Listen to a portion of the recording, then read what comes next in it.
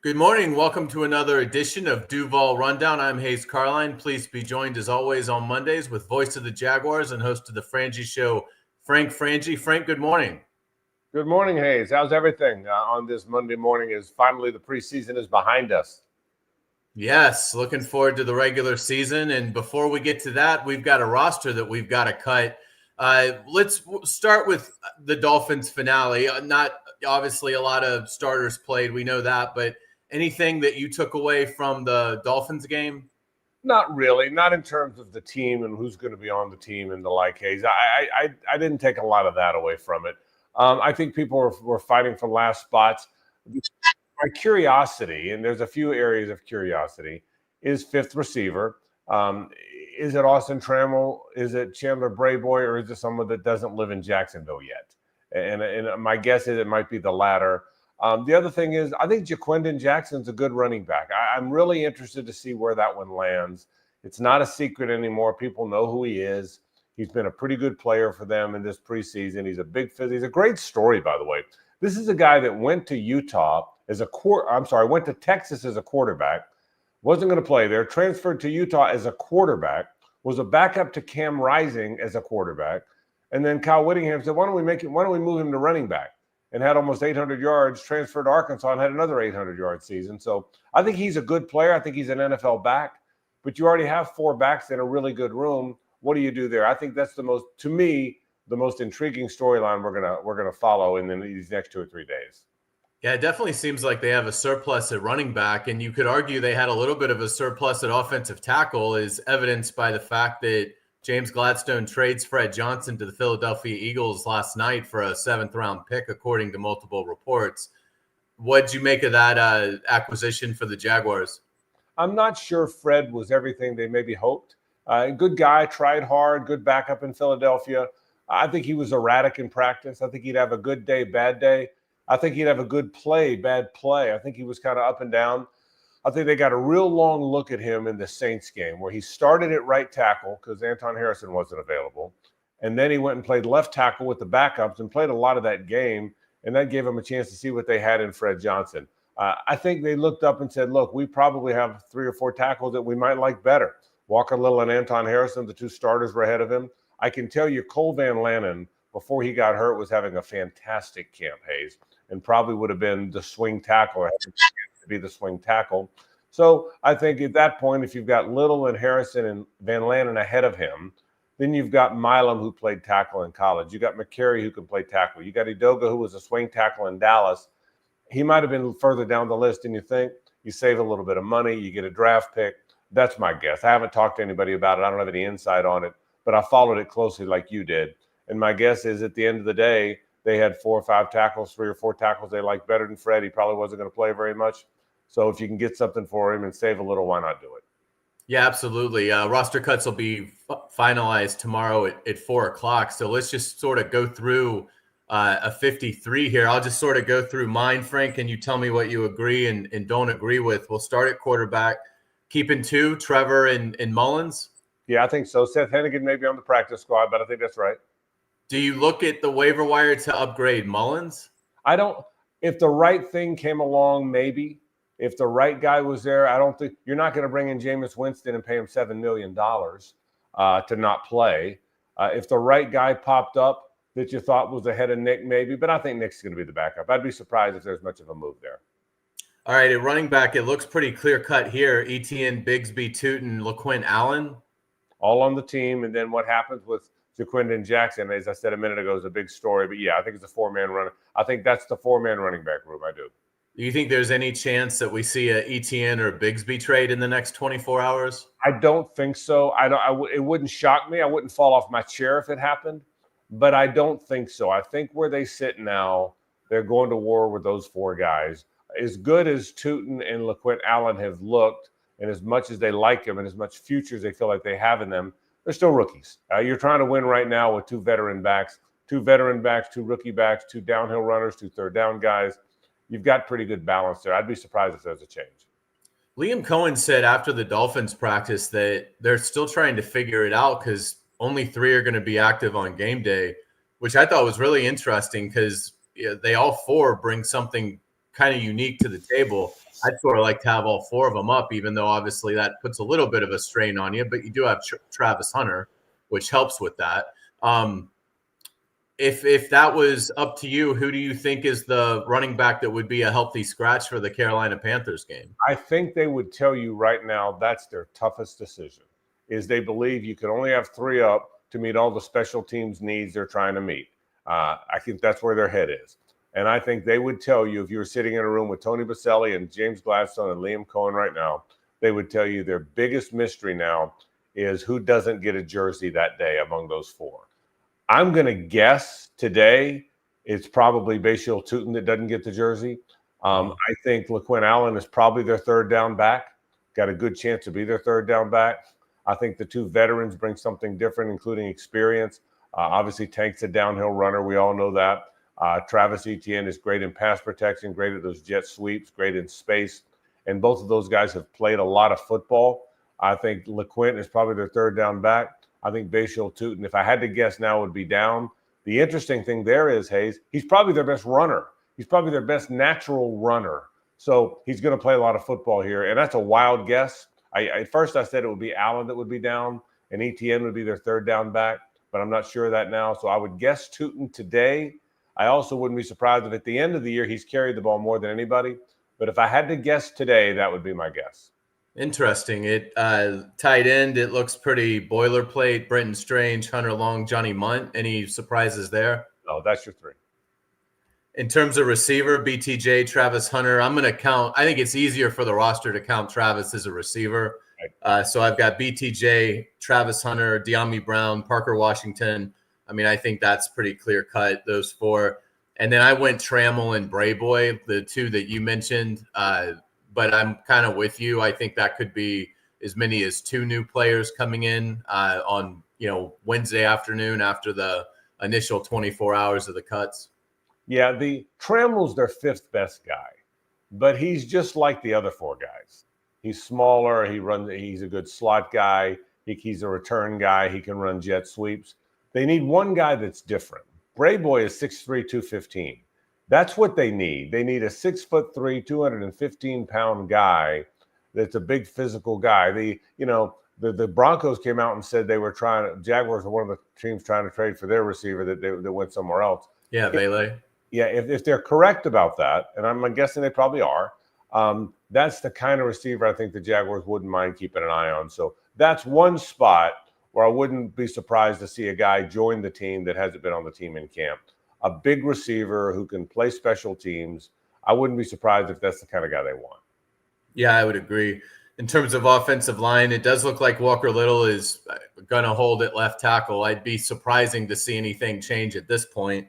Walker Little, Ezra Cleveland, Robert Hainsey, Patrick McCary, Anton Harrison, Chuma Adoga, Wyatt Milam, Jonah Monheim, Cole Van Lannon is the offensive line, in your opinion? Yeah, that's the 9. I thought they were going to keep 10 because I was surprised they moved Fred. When they moved Fred, I think that's the 9. Now, look, Van Lannon's been down in camp. Milam's down now. So that gives you 7 healthy guys. You have to figure out what you do there. If they're not both back, or at least one of them's not back by the Carolina game, and I'm hoping Van Lannon is, do you keep Javon Foster? Do you put Javon Foster on the practice squad with the plan to bring, you can elevate him 3 times. You elevate him early in the year. They have to figure that out. I don't think you want to go into a game with 7 guys. Some NFL teams go into a game with 9. Some go into a game with 8 that are active. I don't think anybody goes into a game with 7. So if Van Lannon is back, then I think that's your 8. Milam, you wait for him to get back. But yeah, that's the 9. Whether they add a guy, whether they do, but I think that's the 9 that are going to be on the team. And what's interesting about this is it gives us 24 on offense, which is nice because now we've got 26 to utilize on defense, which I think is going to come in handy when we get to some of these positions as we go through it. So defensive tackle, I kept 5, Devon Hamilton, Eric Armstead, Mason Smith, Colin Saunders, and Danny Strigo. Strigo is more probably of an end. Austin Johnson might be the 5th guy. They liked him when they got him from Buffalo. I think Austin Johnson's probably on the team. I think Saunders and Johnson, the 2 they added, as well as Armstead, Mason Smith, and Devon are on the team. Now, what does that do? Jordan Jefferson wasn't very good much at camp, but he flashed a little against the Dolphins. I remember I called his name 2 or 3 times, which I hadn't called very often. That intrigues me because he's a big physical guy. Do they give him one more chance? Tyler Lacey has been a starter all through camp. Do they cut a guy that really has been a starter all through camp, just an okay player? So that one's interesting for me. If I had to go 5, I'd go Hamilton, Armstead, Smith, and then the 2 guys they traded for in camp, Austin Johnson and Bink Saunders, if it was me. And then at end, Hines Allen, Trayvon Walker, Agba, Smoot, and B.J. Green. B.J. Green's intriguing, isn't he? He might – I could see him being a 5th guy in that room, yes. If I had to go 5 – if I had to pick the room, I would go 5 and I would add B.J. Green. He certainly has showed up. He and Strigow have both been pretty good in camp. Green more so. Yeah, I probably would sneak Green onto the roster. Is what you just said. I really would. Linebacker gets really, really competitive here because you've got basically, I would say you've got like 7 guys for a max of 6 spots. So give us who you would cut out of this group. Foye Oluokun, Devin Lloyd, Ventrell Miller, Jack Kaiser, Dennis Gardeck, Branson Combs, and Yasir Abdullah. Yeah, that's the issue. If you bunch them all together, if you bunch the Sams in there too, which you just did, there's probably 6 spots. So you know that Foyer's on the team. Ventrell Miller's going to be the starting will. He's on the team. Gardeck and Yasir are both outside guys. Now, do they keep both Sams is a question. They like both, I can tell you that. And they like both rookies, Kaiser and Branson Combs. So the guy I didn't mention yet is Devin Lloyd. I don't know what they do with Devin. Do they trade Devin? I don't think he's a guy that plays a lot of special teams. Do they keep a 7th guy? Do they try and hide Combs on the practice squad, which I think would be hard because I think the word's out that he's pretty good. So moving, I think of all the 7 guys, moving Devin Lloyd's a possibility if they could. Trying to hide Branson Combs on the practice squad if they could. Possibly hiring Yasir Abdullah on the practice squad if they could, and only having one true Sam up, which would be Gardeck, because you don't play base very often. Some combination of that, Hayes. I don't know where they're going on all that, but I agree with you. 6 of those guys will be on the 53. I'm not sure 7 will.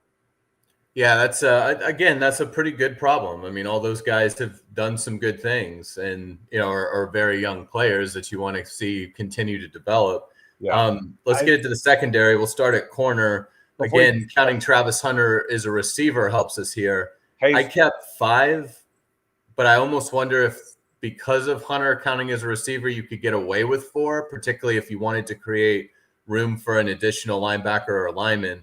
But for now, I've got Tyson Campbell, Jordan Lewis, Jarian Jones, Monteric Brown, and Christian Braswell.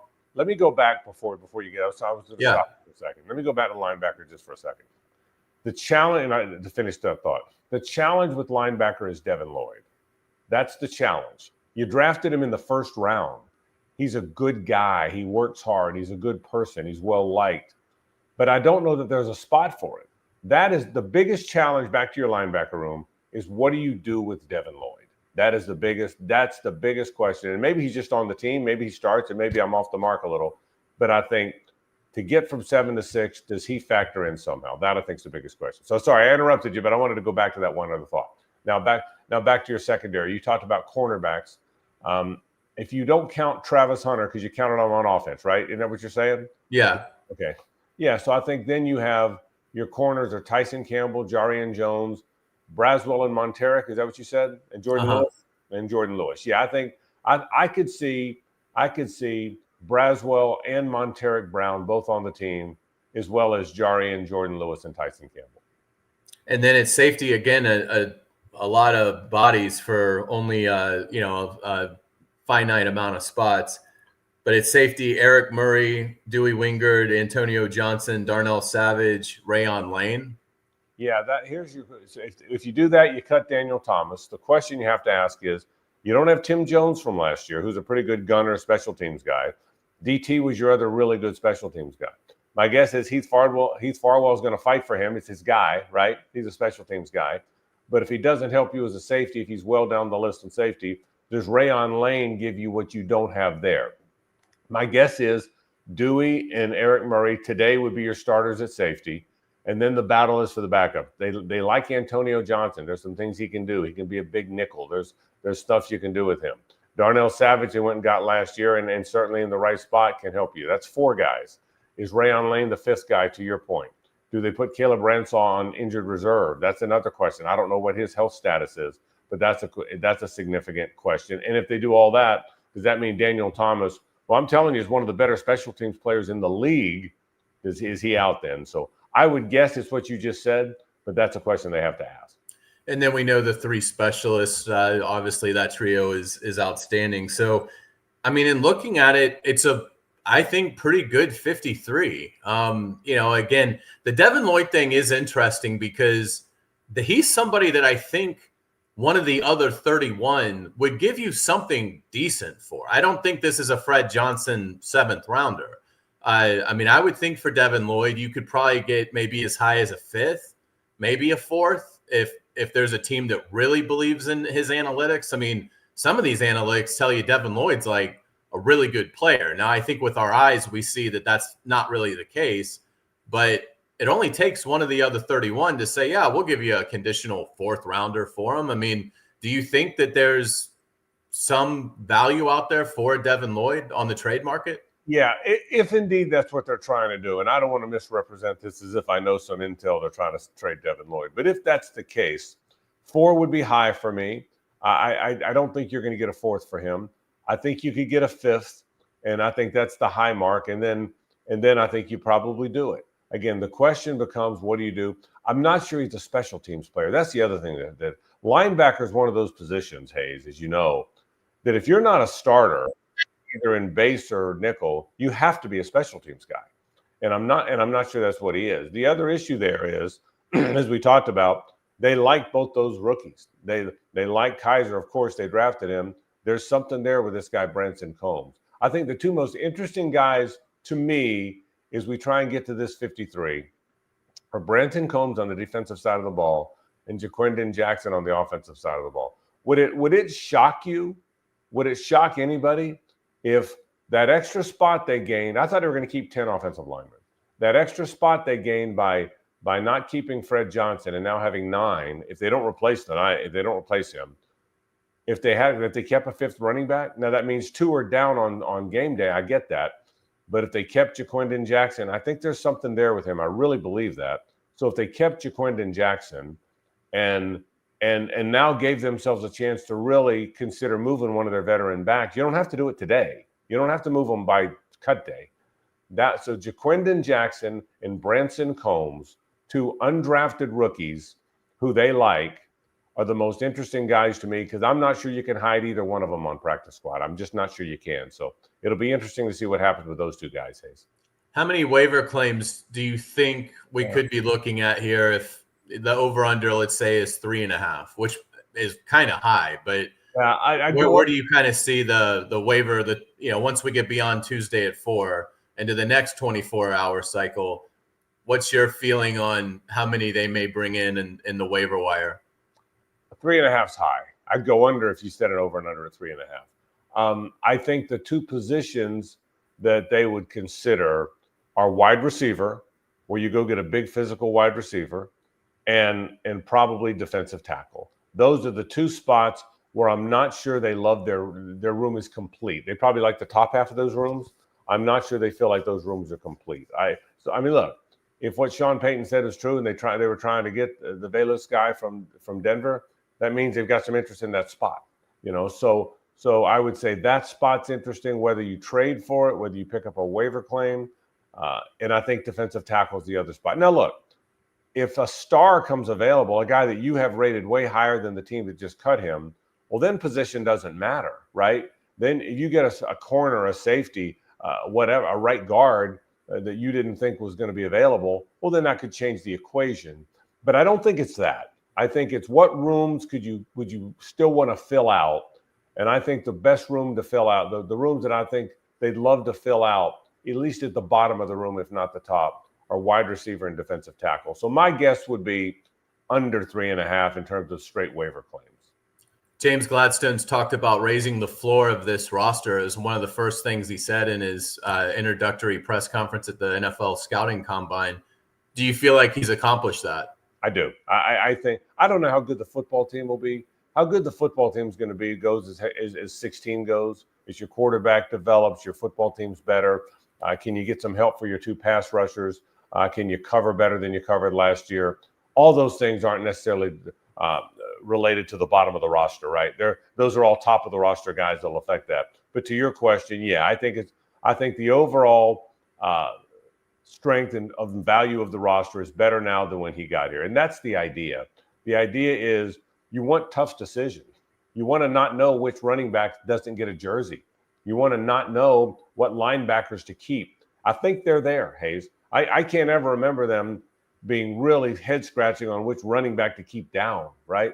Yeah. I mean, I think they pretty much knew which running back wasn't going to be up in the past. I don't think they had any trouble cutting a linebacker that could help them in the past. So in that regard, I think the roster's better. I really do. Great stuff, Frank. Really appreciate it. And we'll look forward to talking with you later today on the Frangie Show, but also next Monday on Duval Rundown. Well, it'll be game week, so we've made it. We'll have a roster. That's exactly right. Hayes, look forward to it. Thanks, buddy. All right. Thanks so much, Frank. On Wednesday, we'll be back with Florida Times Union columnist Ryan O'Halloran. That promises to be a lot of fun. Until then, that's going to do it for us. Thanks for watching Duval Rundown.